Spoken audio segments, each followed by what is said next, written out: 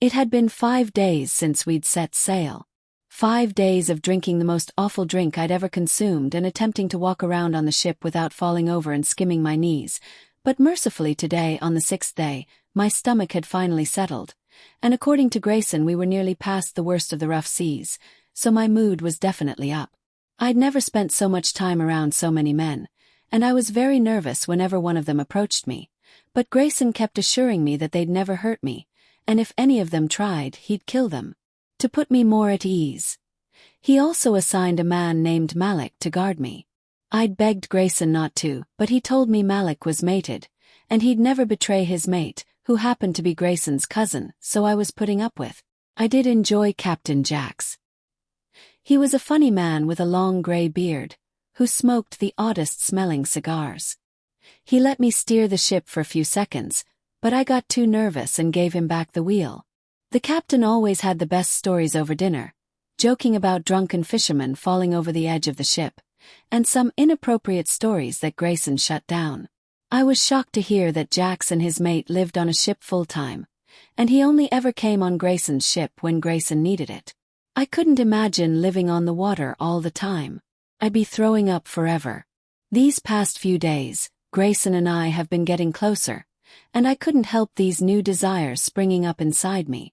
I'd never been turned on, but when I saw my mate, I felt an excited buzzing in the pit of my stomach. I was sitting near Malik on deck. After lunch, he was sketching the sailors doing various tasks.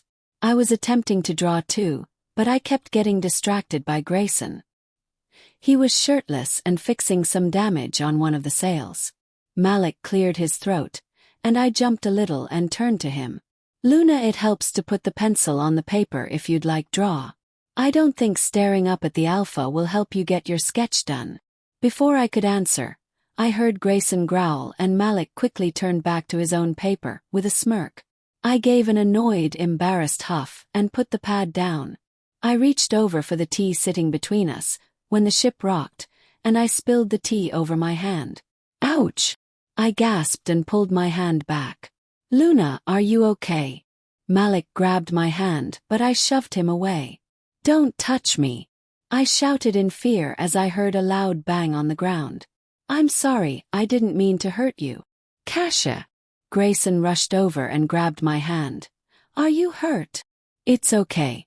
I'll heal." Greyson turned. "Get me some ice." And a few men rushed off under deck to the kitchen. "It's okay, really. White Lycan'S heal quickly.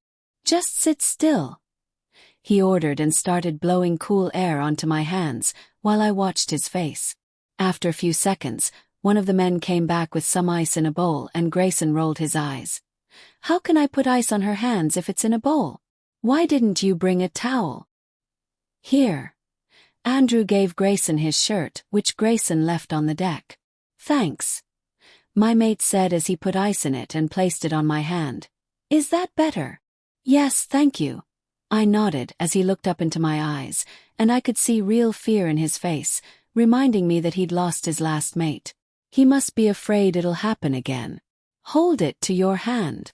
I followed his orders and he scooped me up. "What are you doing? You're injured, you need to rest." I frowned at him in amusement. "It's just a little burn, I don't need bed rest." "Don't argue with your king," he said as one of the guards opened our bedroom door. Greyson sat me on my bed and plumped up my pillows before he sat beside me. "Make sure you keep the ice on your burn." I didn't have the heart to tell him that I felt my hand was already healed. Besides, it felt nice to have someone care for me.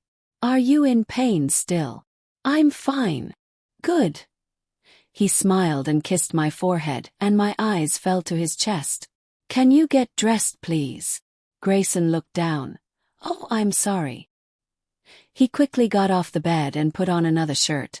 "I'll let you rest. I still have to fix the sail. Let me know if you need more ice."